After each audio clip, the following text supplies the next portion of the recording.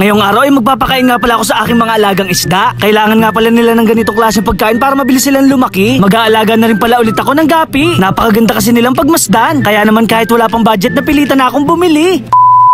Kaya naman isang araw maaga pa lang nagkakape na ako. Habang nakaupo ay bigla nga pala ako nagulat. Dumating na kasi yung mga pagkain ng isda ko galing sa Shopee. Napakatagal ko na kasing hinihintay ang bagay na to. Ito kasi yung magpapabilis sa paglaki ng aking mga alagang isda. Ito nga pala yung BBS na tinatawag. Nakakatuwa kasi meron pang sample ng Tubiflex at Superworm. Tamang-tama nga pala to sa aking mga alagang monster fish. Kaya naman habang maaga pa pumunta muna ako kay Tampi. Pinatingnan ko nga pala sa kanya yung pagkain ng isda na nabili ko. May ipapakita nga pala sa akin si Tampi story na bago niyang alaga. Naglatag nga pala siya dito ng mga Wilkins na may butas. Merong halaman sa loob at tubig. Bumili daw pala siya ng mga bagong strain ng mga gapi. Meron ditong pidort na napakaganda ng kulay. Sa sobrang ganda parang gusto ko tuloy mag-alaga nito. Manghihiram nga pala ako ng dropper kay Tampi. Gagamitin ko nga pala to para mapakain yung mga alaga kong isda. Kaya naman pag uwi ko sa bahay, kumuha na ako ng baso at nilagyan ko ng tubig. Pagkatapos naman maglalagay tayo ng BBS ng konting amount dito sa baso. 2 kurot lang pala ng BBS ang kailangan ko at pwede na natin tong haluin. Ito nga daw pala ang sikreto para mabilis lumaki ang ating mga isda. Sana maging efektibo to sa aking mga baby prey na beta. Pati nga pala yung mga malalaki kong beta ay pinakain ko rin sila nito. Ito nga daw pala yung paboritong kainin ng ating mga gapi. Ngayong araw din pala ay umorder sa akin ng Shanghai si Mama Dugs. Mabuti na lang meron pa ditong pork at chicken. Dahil business minded na kami ni Aling Regina, may dinagdag pa kami sa aming paninda. Ito nga pala ay siomai. Ang flavor nga pala nito ay chicken, pork at beef. Meron din pala kaming dumpling, shark fin at Japanese siomai. Aalis na nga pala ako para mag-deliver. So paano guys? Tara!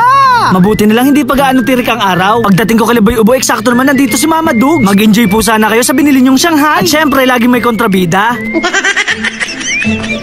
Aga-agay ko nakikita ko dito. Payo ko kay Boy Ubo, pumikit na lang siya para hindi niya ako makita. Munti ko na nga pala makalimutan yung ipapadala namin mga mags. Mabuti na lang pinaalala sa akin ni Kuya Dugs. At syempre, dadaan nga pala tayo dito kay Kuya Ace. Dito kasi ako bibili ng mga quality na gapi. Syempre, agad na ako namili. Gusto ko nga palang isda yung maraming kulay. Meron nga pala ditong AFR o albino full red na tinatawag. Guys, tingnan nyo, grabe, napakaganda. Ito naman ay kulay dilaw. Full gold naman ang tawag dito. Meron din pala ditong short body tuxedo. Bibili sana ako kaso hindi pa daw to binibenta. Guys, ito naman yung pedort na tinatawag. Meron nga pala ditong class A at class B. Yung class S naman na tinatawag, yun nga pala yung mga special. Maswerte tayo kasi ipapakita sa atin ni Kuya Ace yung magaganda. Sa mga ganitong klaseng mga isda, medyo mahal na ang presyo. Napakaganda nga pala nilang pagmasdan lumangoy. Mga import nga daw pala to galing pang Thailand. Dahil wala pa tayong budget, dito muna ako mamimili sa class A. 2 babae at 2 lalaki nga pala ang bibilhin ko. Pinakita din pala sa akin na may-ari yung mga breeder. Hindi nga pala pwede pagsama-samahin yung mga iba't ibang strain. Dapat naka-uniform sila at hindi halo-halo. Yung ibang gapi nga pala ay nangangain ng kanilang mga fry. Kaya naman dito sila nilagay. May ipapakita nga pala sa akin pagkain ng mga gapi. Ang tawag nga pala dito ay live tubing. Ito nga pala ang sikreto para mabilis lumaki ang ating mga gapi. Sa dami kong kwento, munti ko na makalimutan magbayad. Sa mga gustong mag-alaga ng gapi, hanapin nyo lang si Kuya Ace. Bago nga pala ako umuwi ay manghihingi ako ng water lily. Hindi nga pala ako natatakot kay Boy Ubo kasi si Kuya Dugs naman ang may-ari nito. Dahil nakakaya kay Kuya Dugs, konti lang naman ang kukunin ko. Pero sa maniwala kayo sa hindi, naka-arbor nga pala ako ng Wilkins kay Boy Ubo.